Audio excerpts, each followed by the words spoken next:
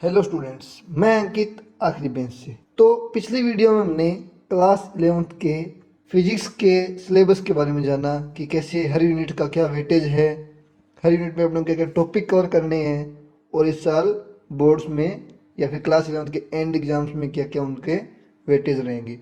अब अपने class 12th का सिलेबस के बारे में जानते हैं कि फिजिक्स में क्लास 12th में हमको क्या क्या पढ़ना है, क्या क्या टॉपिक इंपॉर्टेंट है और कौन से टॉपिक का कितना वेटेज है, वो सब अपने यूनिट वाइज जानेंगे। तो पहले अपने यूनिट वाइज जो मार्किंग स्कीम है वो देख लेते हैं, जो सीबीएसई ने थोड़े दिन पहले जारी की है। तो फर्स्ट यूनिट है 12th की, वो है इलेक्ट्रोस्टैटिक्स, देन करंट इलेक्ट्रिसिटी, और इन दोनों यूनिट्स का कंबाइंड वेटेज है 16 मार्क्स। थर्ड यूनिट है magnetic effects of current and magnetism. Fourth unit है electromagnetic induction and alternating current, EMI and AC, and इन दोनों यूनिट्स का कंबाइंड वेटेज है 17 marks. Then unit 5 electromagnetic waves और EM waves, and unit 6 optics, इन दोनों units का combined weightage है 18 marks. Unit 7 dual nature of radiation and matter, unit 8 atoms and nuclei, इन दोनों यूनिट्स का कंबाइंड वेटेज है 12 marks. And last unit electronic devices, जिसका weightage है 7 मार्क्स। तो इस तरीके से 16 + 17 33 + 18 51 + 12 63 + 7 70 मार्क्स। यानी कि इस तरीके से 70 मार्क्स का थ्योरी पेपर है वो अलग अलग यूनिट से कितने मार्क्स की क्वेश्चन उठाएगा वो सब इस टेबल में गिवन है। टेबल तुम लोग ध्यान से देख लेना, जिस हिसाब से यूनिट का वेटेज है उसी अकॉर्डिंग अपने को यूनिट को टाइम देना है। इसको कहते हैं अपने एग्जाम स्ट्रेटजी। बोर्ड्स में हर यूनिट्स के अकॉर्डिंग इतने मार्क्स के क्वेश्चन आएंगे जितने इस टेबल में गिवन है। ये खुद सीबीएसई की ऑफिशियल वेबसाइट पे जाके भी तुम चेक कर सकते हो। नेक्स्ट अपने देखते हैं हर यूनिट वाइज कौन से टॉपिक इंपॉर्टेंट है, कौन से अपने को कवर करने हैं, कौन से पे ज़्यादा ध्यान देना है, किस यूनिट में क्या क्या टॉपिक्स हैं, एटसेट्रा। पहली यूनिट है इलेक्ट्रोस्टैटिक्स। मैंने 11th क्लास वाली वीडियो में भी बताया था कि ये ग्रेविटेशन से कुछ मिलती जुलती है। ठीक है, कंसेप्ट मिलते जुलते हैं, यूनिट बिल्कुल डिफरेंट है। इलेक्ट्रोस्टैटिक्स यानी कि चार्ज एट रेस्ट। अपने पूरा चैप्टर जो पूरी यूनिट है वो चार्जेस के आर पार घूमेंगी। फर्स्ट जो चैप्टर है उसका नाम है इलेक्ट्रिक चार्जेस एंड फील्ड्स। इस चैप्टर अपने इलेक्ट्रिक चार्जेस के बारे में पढ़ेंगे, कंजर्वेशन ऑफ चार्ज के बारे में पढ़ेंगे, Coulomb's law of force between 2 point charges क्या होता है उसके बारे में पढ़ेंगे। देन अपने फोर्सेस बिटवीन मल्टीपल चार्जेस के बीच में क्या क्या फोर्सेस लगते हैं वो जानेंगे। Superposition principle and continuous charge distribution, ये सब टॉपिक्स अपने फर्स्ट पार्ट में कवर करेंगे। देन अपने जानेंगे इलेक्ट्रिक फील्ड के बारे में। Electric field due two point charge क्या होता है, इलेक्ट्रिक फील्ड लाइंस क्या होती है, इलेक्ट्रिक डाइपोल क्या चीज़ है, electric field due to a dipole कितना होता है, torque on a dipole in a uniform electric field क्या होता है। देन अपने फ्लक्स के बारे में जानेंगे, गोस थ्योरम क्या थी एंड इसकी एप्लीकेशंस क्या है, वो सब अपने इस चैप्टर में पढ़ेंगे। फिर एप्लीकेशन में कुछ इंपॉर्टेंट डेरिवेशंस है, जैसे infinitely long wire, uniform charge infinite plane sheet और यूनिफॉर्मली चार्ज स्फेरिकल सेल से कितना फील्ड जनरेट होता है वो सब अपने गोस थ्योरम से जानेंगे। उसके अंदर कितना होगा सेल के, सेल के बाहर, shell on the surface point पे कितना फील्ड होगा, वो सब अपने ड्राइव करेंगे और समझेंगे भी। तो फर्स्ट चैप्टर में अपने ये सब कवर करेंगे। इस यूनिट का एक और चैप्टर भी है जिसका नाम है electrostatic potential and capacitance. Electrostatic potential क्या चीज़ है, पोटेंशियल डिफरेंस क्या होता है, पॉइंट चार्ज के कारण कितना पोटेंशियल डिफरेंस आता है, डाइपोल में पोटेंशियल डिफरेंस क्या होता है, इक्विपोटेंशियल सरफेस क्या चीज़ है, free charges and charges bound in a conductor में क्या डिफरेंस आता है, डाइलेक्ट्रिक्स क्या चीज़ होती है, और then combination of capacitor, capacitor क्या है, कैपेसिटेंस कहाँ काम आता है, पंखा अपना घर का धीरे तेज कैसे हो जाता है, सेल चेंज करते हैं वो क्या होती है।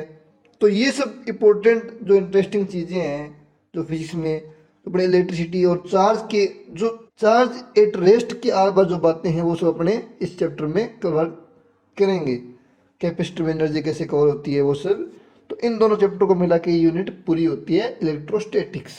अगली जो यूनिट है सेकेंड यूनिट, वो है करंट इलेक्ट्रिसिटी। इसमें एक चैप्टर है, chapter third, current electricity, same name as unit. इसमें अपने फ्लो ऑफ चार्ज के बारे में पढ़ेंगे। अभी तक हमारे चार्ज रेस्ट में था, अब चार्ज फ्लो हो गया। तो इलेक्ट्रिक करंट होता क्या है? Flow of electric charges in A metallic conductor, यानी कि मेटेलिक कंडक्टर में चार्ज कैसे फ्लो करता है। देन ड्रिफ्ट वेलोसिटी क्या चीज़ है, मोबिलिटी क्या है और उसकी इलेक्ट्रिक करंट से क्या रिलेशन है। देन अपने ओम्स लॉ जो तुम लोगों ने 10th क्लास में पढ़ा था उसके बारे में। इलेक्ट्रिकल रेजिस्टेंस क्या है, वी आई करेक्टरिस्टिक्स यानी कि graph between potential difference and current at different temperature etcetera.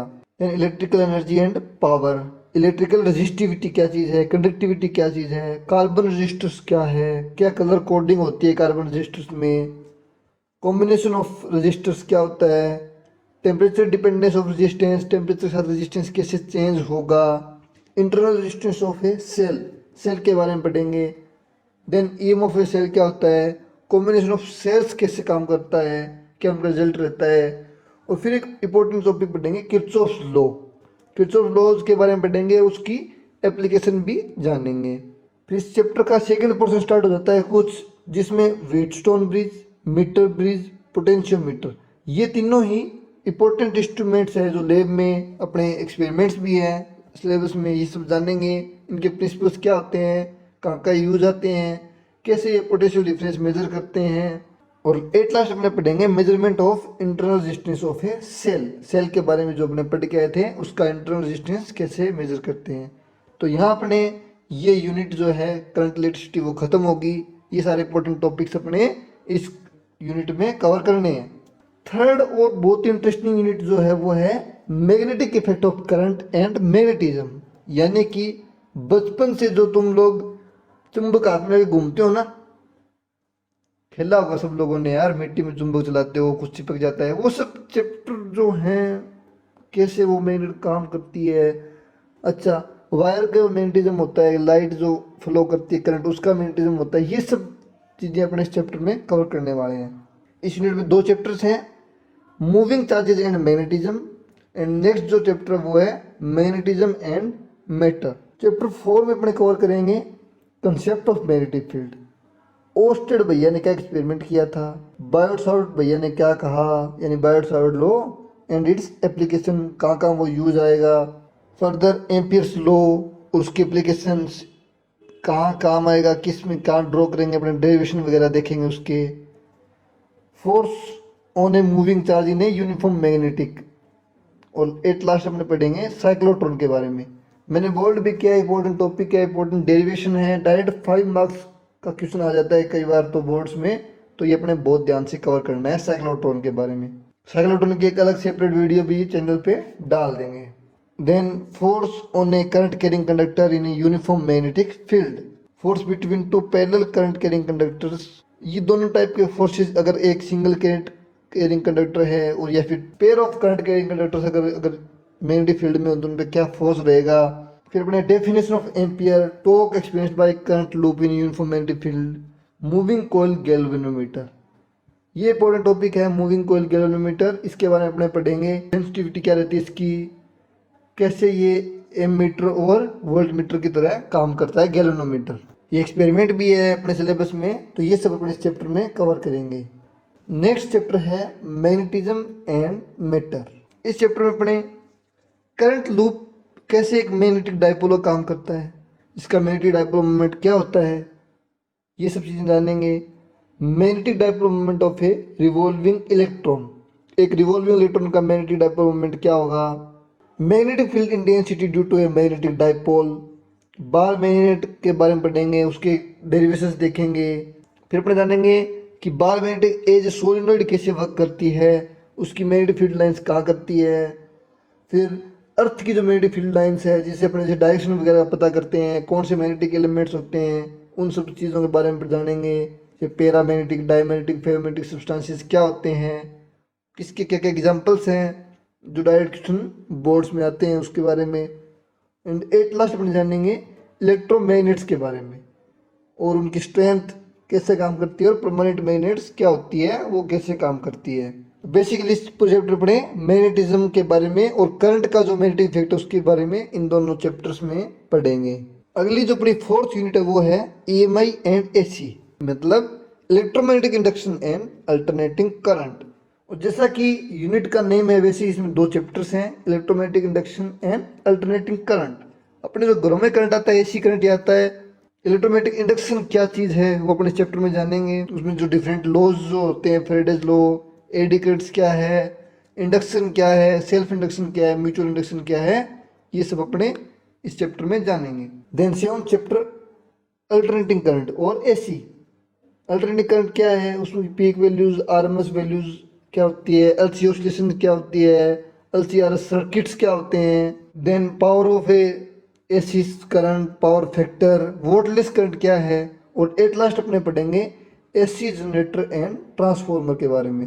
ये इंपॉर्टेंट डेरिवेशन है दोनों ही, और दोनों में से एक क्वेश्चन तो पक्का फाइनल एग्जाम्स में आता ही है। तो ये एक इंपॉर्टेंट टॉपिक है इस चैप्टर का, और पूरी यूनिट अपने इस तरीके से कवर करेंगे। फिफ्थ जो अपनी यूनिट है छोटी सी पहले यूनिट है इलेक्ट्रोमैग्नेटिक वेव्स और EM वेव्स। इसमें अपने डिस्प्लेसमेंट करंट के बारे में जानेंगे, एक डिफरेंट टॉपिक है थोड़ा। फिर अपने EM वेव्स होती क्या है, उनकी क्या क्या प्रॉपर्टीज है, उनका नेचर क्या होता है, और फिर अपने इलेक्ट्रोमैग्नेटिक स्पेक्ट्रम के बारे में पढ़ेंगे, जिसमें अपने radio waves, microwaves, infrared waves, visible rays, ultraviolet rays, X rays and gamma rays, इनके बारे में कुछ बेसिक फैक्ट्स पढ़ेंगे, उनके यूजेस वगैरह देखेंगे। तो इस तरीके से अपनी छोटी सी यूनिट भी इसके साथ कवर कर लेंगे। नेक्स्ट जो यूनिट है वो है ऑप्टिक्स, सिक्स्थ यूनिट। बहुत ही इंटरेस्टिंग यूनिट है। इसमें दो टाइप के ऑप्टिक्स अपने पढ़ेंगे। पहला है ray optics and optical instruments, chapter 9। इसमें अपने रे ऑप्टिक्स के बारे में पढ़ेंगे, लेंसेज के बारे में, मिरर्स के बारे में, स्काई ब्लू क्यों है, स्कैटरिंग ऑफ लाइट क्यों होती है, लेंस मेकर्स फॉर्मूला, मैग्निफिकेशन, और तुम्हारा किसी फ्रेंड है उसकी कौन सी चश्मा चढ़ी है, कितने पावर की है, ये जो चीज़ें हैं उसको दूर की दिक्कत, देखने की दिक्कत है, जो आईज के रिलेटेड जो इश्यूज होते हैं ना अपने देखने के, वो सब चीज़ें अपने इस चैप्टर में कवर करेंगे। और फिर अपन देखेंगे कुछ ऑप्टिकल इंस्ट्रूमेंट्स जैसे माइक्रोस्कोप्स, टेलीस्कोप्स एटसेट्रा, उनके मैग्नीफाइंग पावर कैसे ड्राइव होते हैं, कैसे वो काम करती है, वो सब चीज़ें अपने इस चैप्टर में कवर करेंगे।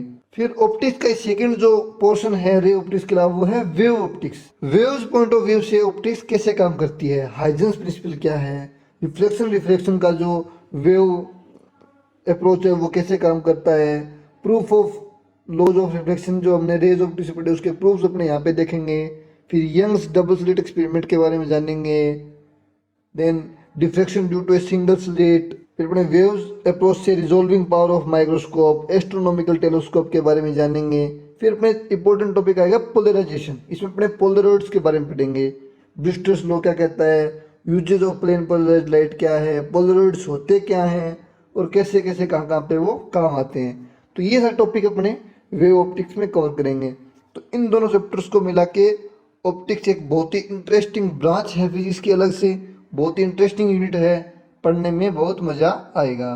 तो अगली अपनी जो यूनिट है वो है dual nature of radiation and matter. जैसा कि नाम बता रहे dual nature of radiation, radiation का ड्यूल नेचर क्या है।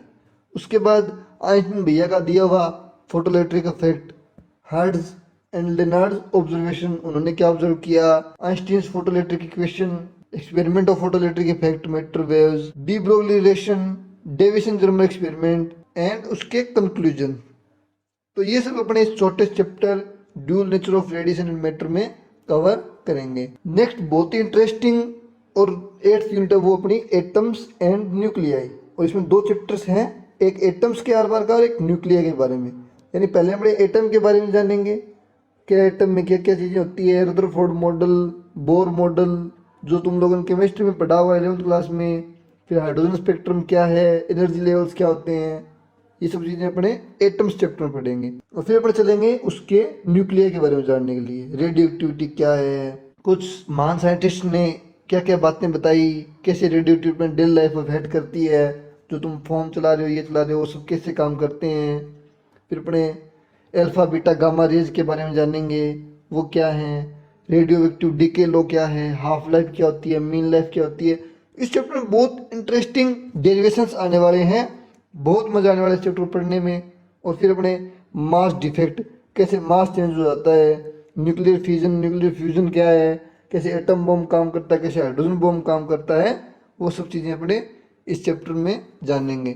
देन आती है अपनी क्लास 12th की लास्ट यूनिट इलेक्ट्रॉनिक डिवाइसेस, जिसमें अपने सेमीकंडक्टर्स के बारे में पढ़ते हैं।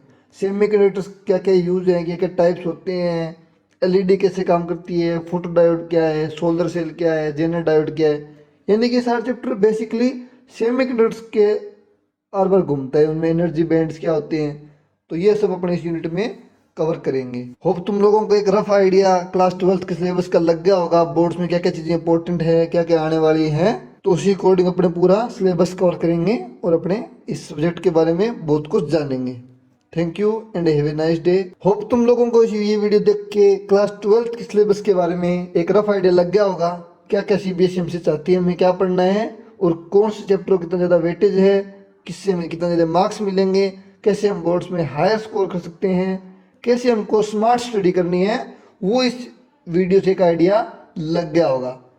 आई होप तुम सभी लोगों को ये वीडियो बहुत पसंद आई होगी, तो ठोको लाइक, चैनल को सब्सक्राइब कर देना। Thank you and have a nice day.